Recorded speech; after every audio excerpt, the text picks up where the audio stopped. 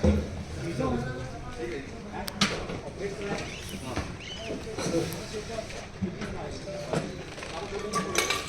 सभी मीडिया के साथियों का स्वागत है। आज फरवरी माह की अपराध समीक्षा बैठक का आयोजन नूरपुर पुलिस द्वारा किया गया।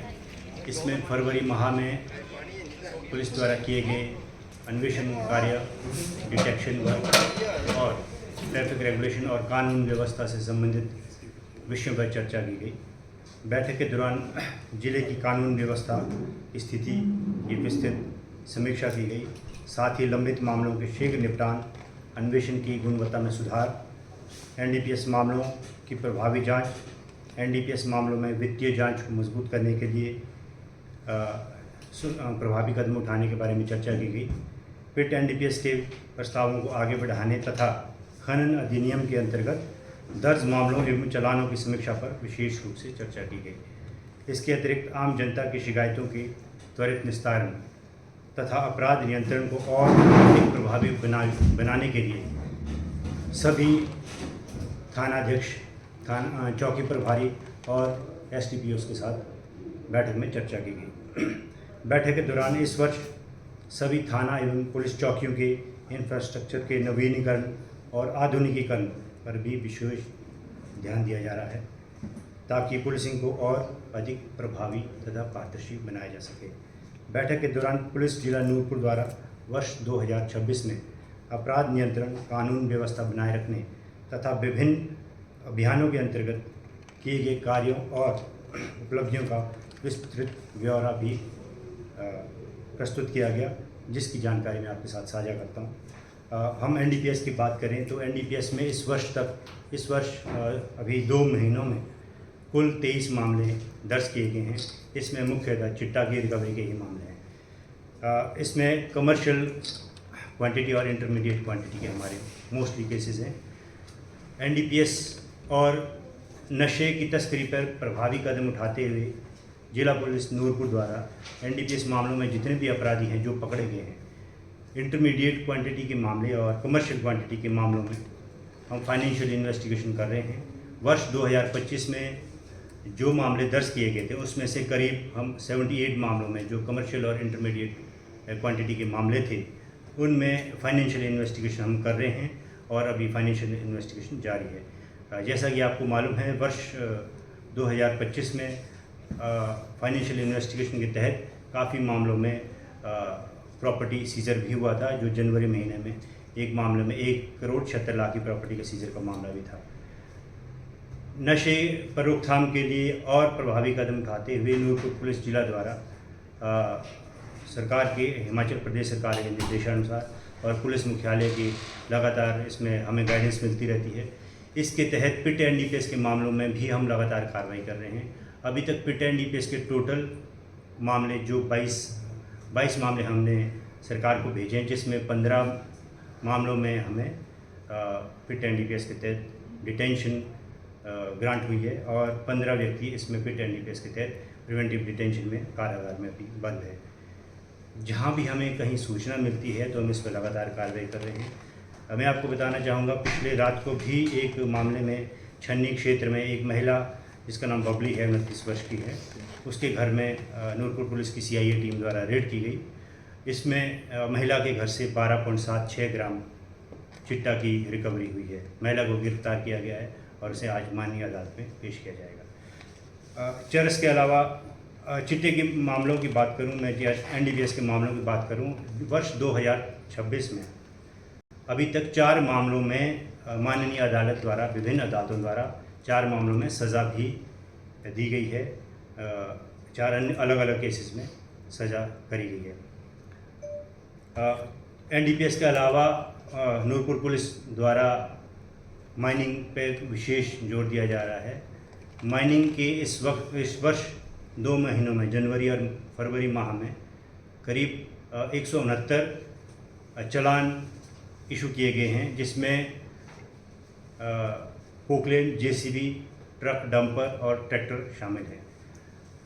खन्नी क्षेत्र और माजरा तथा ब्यास के साथ लगता भोगरवा या इंदौरा का जो क्षेत्र है, मुख्यतः जहाँ पे हमें शिकायतें मिलती थी कि यहाँ पे इलीगल माइनिंग या इलीगल एक्सट्रैक्शन ऑफ सैंड हो रहा है, उस पर हमने लगातार कार्रवाई की है और ताबड़तोड़ कार्रवाई हमारी जारी रहेगी। इसमें जो भी अवैध तरीके से खनन करता हुआ पाया जाता है, जो भी मशीनें पाई जाती हैं रिवर बेड से, उस पर हम लगातार कार्रवाई करेंगे और हम इस पर ज़ीरो टॉलरेंस की नीति अपना रहे हैं। माइनिंग के अलावा नूरपुर पुलिस द्वारा गार्बेज एक्ट के तहत भी काफ़ी चालान किए गए हैं। इस वर्ष नूरपुर, जो भी नूरपुर पुलिस जिला के अंतर्गत छोटे कस्बे हैं, शहरी क्षेत्र हैं, खासकर नूरपुर, जसूर, डमटाल इंडस्ट्रियल एरिया, इंदौरा या ज्वाली का जो टाउन है, इस पे कोई प्लास्टिक यूज़ ना हो, दुकानों में प्लास्टिक ना बिके या प्लास्टिक की छोटी बोतलें जिसमें पानी की बोतलें आती हैं वो ना बिकें, उस पे हमने प्रभावी कदम उठाते हुए चेकिंग को हमने इसमें काफ़ी प्रभावी किया है और इसमें इस वर्ष करीब 69 चालान गार्बेज एक्ट के तहत किए हैं। प्रोक्लेम्ड ऑफेंडर की अगर बात करें तो प्रोक्लेम्ड ऑफेंडर जो भगौड़े जिनको कोर्ट से घोषित किया जाता है, पीओस, जनवरी और फरवरी माह पे 10 मामलों में हमने कार्रवाई की और 10 अपराधियों को इसमें अरेस्ट किया गया है।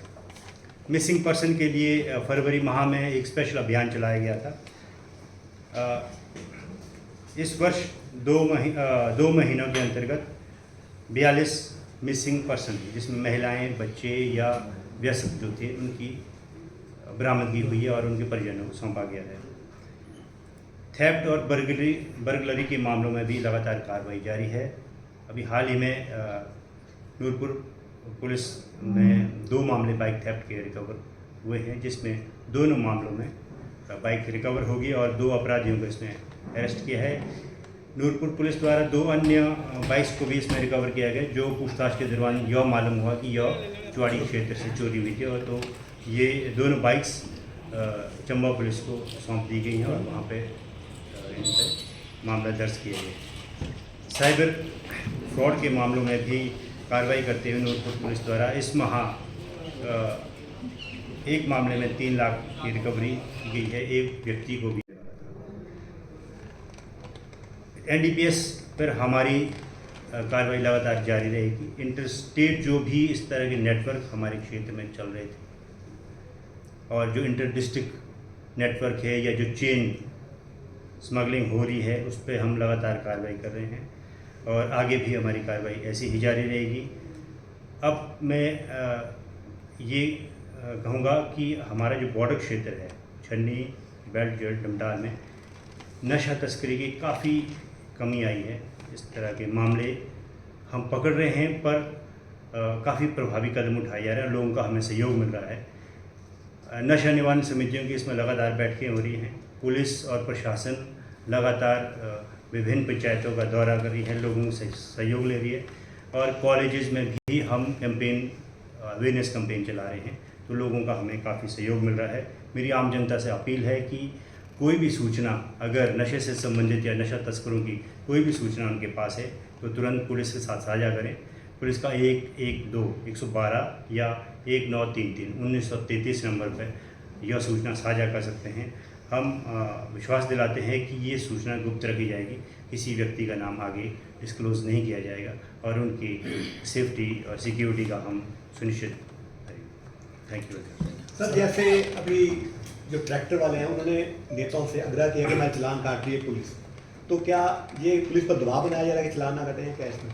देखिए,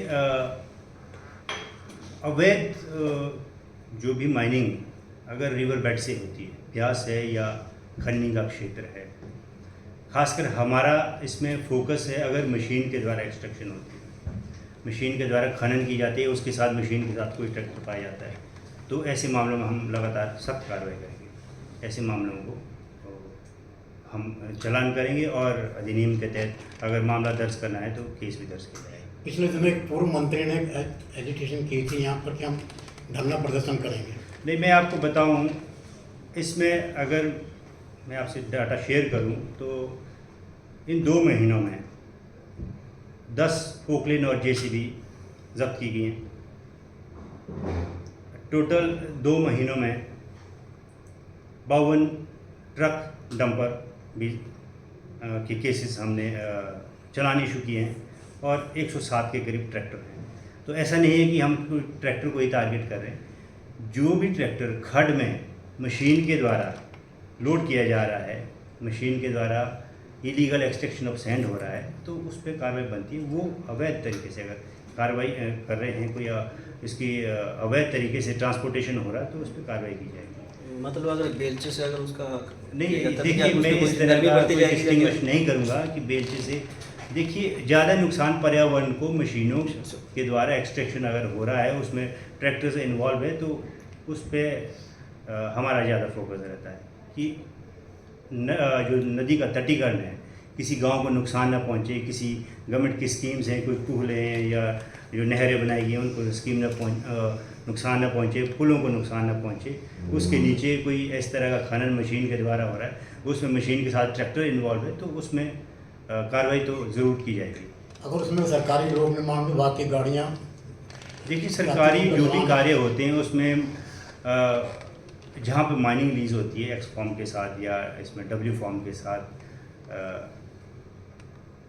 विभाग जिसको भी टेंडर देता है कॉन्ट्रैक्टर को, तो कॉन्ट्रैक्टर जहाँ से एक लीगल तरीके से क्रशर से ही या कहीं माइनिंग लीज हो वहीं से ही रेत या बजरी लाता है। ऐसा नहीं है कि वो अगर कोई सरकारी कार्य के लिए भी कोई ठेकेदार इस तरह के काम करता है गलत तरीके से, अवैध तरीके से, विदाउट एक्स फॉर्म रेत या बजरी लाता है, तो उस पर भी कार्रवाई की जाएगी। सर अभी हमने पॉलीथीन के लिए बोला, ये बॉटल्स के लिए बोला, ये तो बाजार में दुकानदार बेच रहे हैं बॉटल, लेकिन कुछ फैक्ट्री हिमाचल में लगी हैं, बॉटल्स का सप्लाई वहीं से भेजते, क्यों नहीं वहीं उन पे कार्रवाई की जाए? देखिए इसमें दिए गए हैं जो नोटिफिकेशन है, वह भी ये है कि हिमाचल में जो मैन्युफैक्चरिंग हो रही है, जो छोटी बोतल है 200 ml और 250 ml की, उसका सेल हिमाचल में प्रतिबंधित है। उसकी सेल करना या प्लास्टिक कैरी बैग्स उसको यूज़ करना वो प्रतिबंधित है। उससे पर्यावरण को ज़्यादा नुकसान पहुंचता है। उसमें गार्बेज और बायोडिग्रेडेबल एक्ट के तहत हम कार्रवाई करते हैं। जो उससे बड़ी बॉटल्स है जो 500 ml की, उसमें मैन्युफैक्चरिंग पे हिमाचल प्रदेश में अभी रोक नहीं है। मैन्युफैक्चरिंग यहाँ होती है और उसकी सेल अगर दूसरे स्टेट्स में होती है वहाँ पे प्रतिबंधित नहीं है, तो उसमें हमारी कार्रवाई नहीं होगी। पर यहाँ अगर उस छोटी बोतल्स का सेल हो रहा है उस पर हम कार्रवाई। डमटाल में लगी हुई है फैक्ट्री 200 ml की बोतल की, तो हिमाचल में बोतल हिमाचल में सप्लाई हो रहा है, तो कार्रवाई तो दुकानदारों पर होगी। ये तो चलिए पर्यावरण विभाग से संबंधित और ये तो डमटाल वाले हिमाचल में बेच रहे, बहुत कहीं और भी बेच रहे हैं। हिमाचल में प्रतिबंध है। जो रिजॉर्ट वाले हैं वो सब भी प्लास्टिक बोतलें बेच रहे हैं, ब्याह शादी वाले।